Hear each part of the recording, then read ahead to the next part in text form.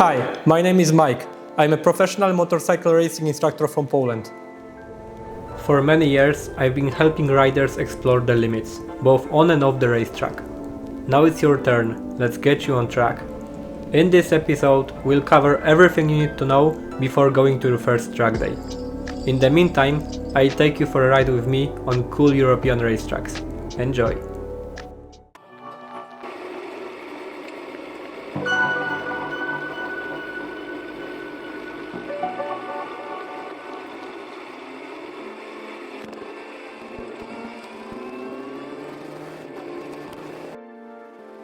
Track day versus open track. I'm guessing that you already know what a track day is.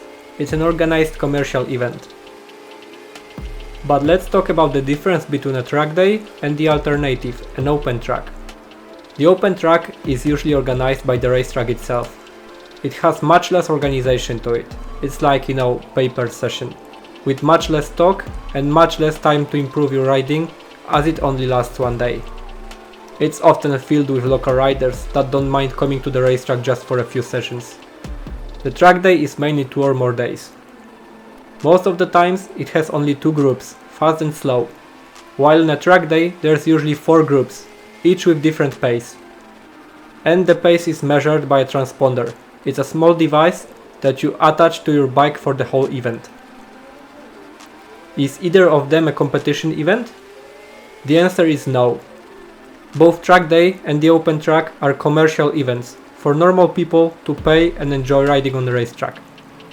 However, most of the track day organizers have some kind of amateur races at the end of each event that you can but don't have to participate in.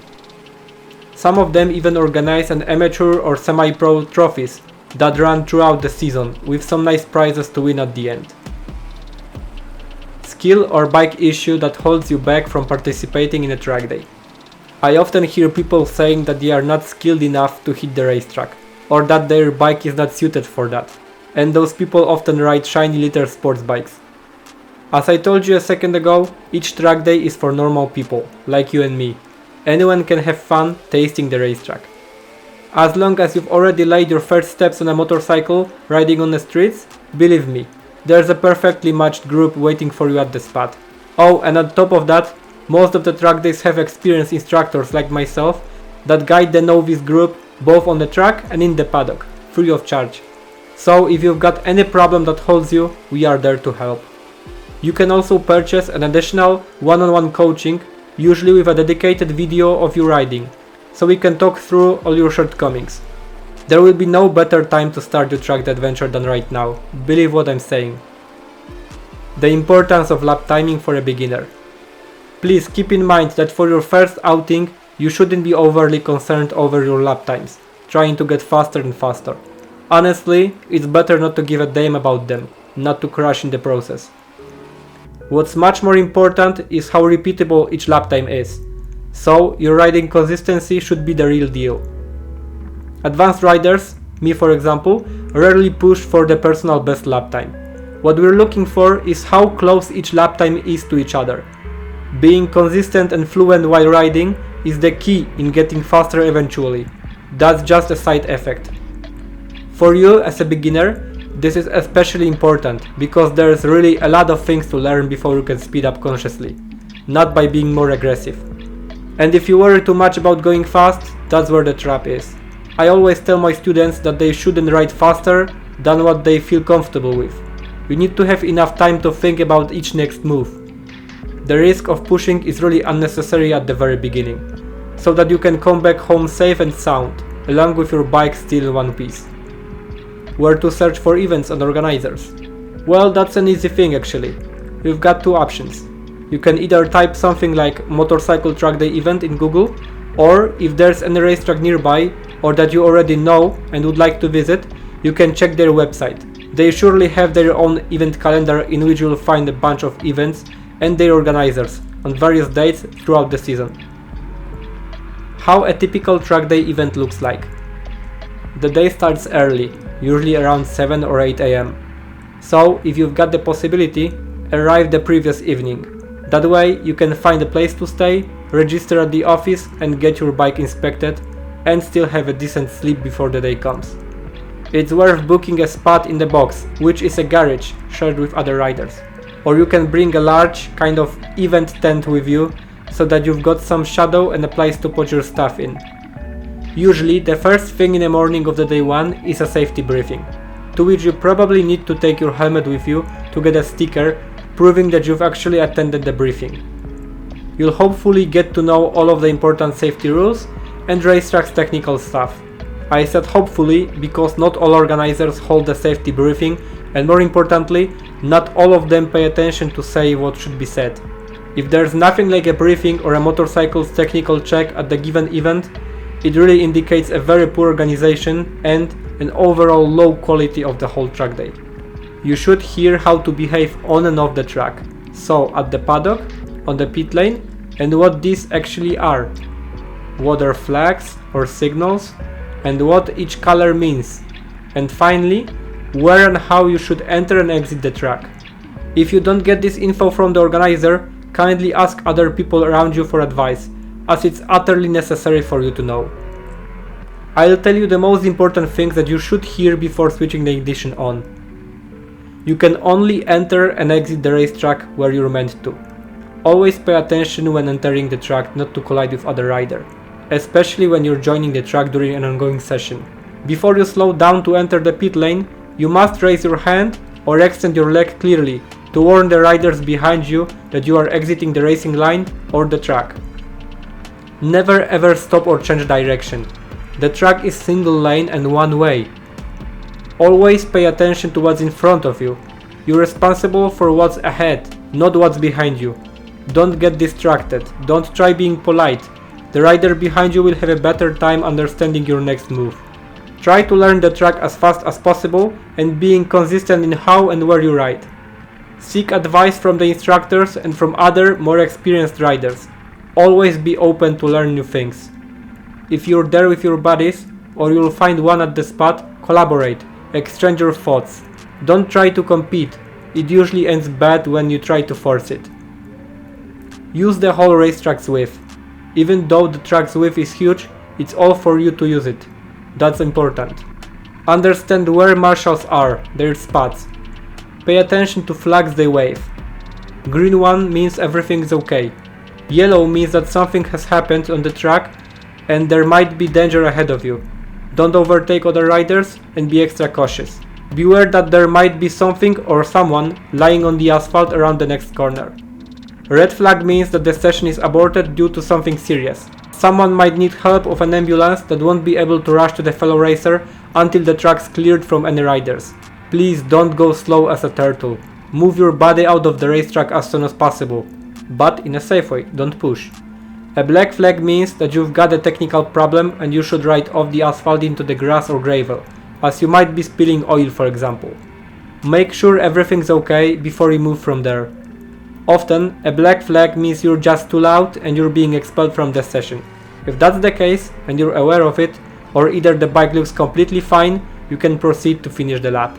A blue flag, that is rarely used, means that someone much faster is approaching you, so that he doesn't scare you popping out of sudden. But still, ride your best and don't worry about him. He'll be responsible for the overtake. There are a few more flags, like the one that indicates grip changing conditions like rain, but I don't want to bore you to the death. The last one is a checkered flag, which means that your session has just ended and you need to get off the track by the time you reach the exit point. Never reverse when you have passed the track exit by a mistake. Do one more lap, or either you'll get assisted by a marshal to the service alley, a shortcut by which you can get off the track sooner. If you're just starting out, it's better not to take risks such as overtaking others in the corners or riding too close to people that have same experience as you. Even experienced riders make mistakes. Novice riders are an extra risk as they are unpredictable. There's a speed limit and stunt prohibition in the paddock and in the pit lane. And remember, it's not a race, you're not a professional racer, it's just a standard session during a commercial track day. Don't get over yourself, as you might hurt not only yourself but others as well. How the riding starts. Most of the times, the novice group, so you, starts the first session of the day at 9 AM. You've got to be completely ready, and it's wiser to get up early to get everything done, so you're not late. After your group, other groups get on the track one by one. Usually each rides for 20 minutes, so you've got roughly 60 minutes between your sessions, which seems like a long, nice break, but believe me, the time flies by quickly. The actual riding is usually from 9 AM to 6 PM. This means every group has about 5 to 7 20-minute sessions.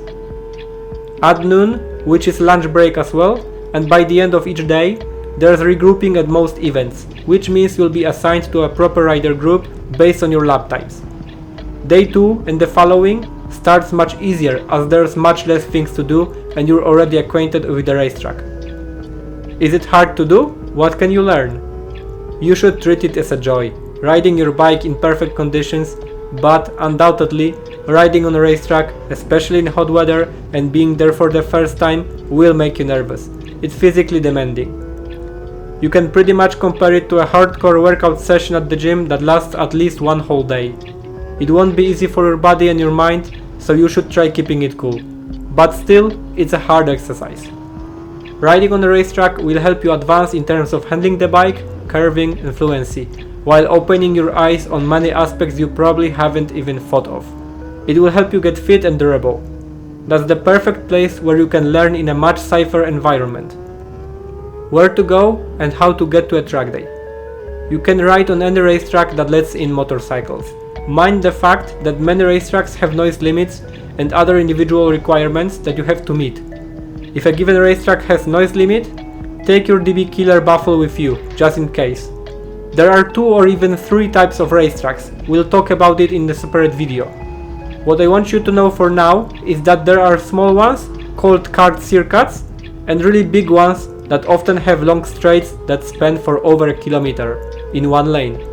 It's really worth starting out on a smaller kart racetrack. Slower speeds, more focus on your technique, and first steps in pair with less risk. What's also important is getting there by a car with trailer or a van, in case you're tired, injured, or simply have a technical issue.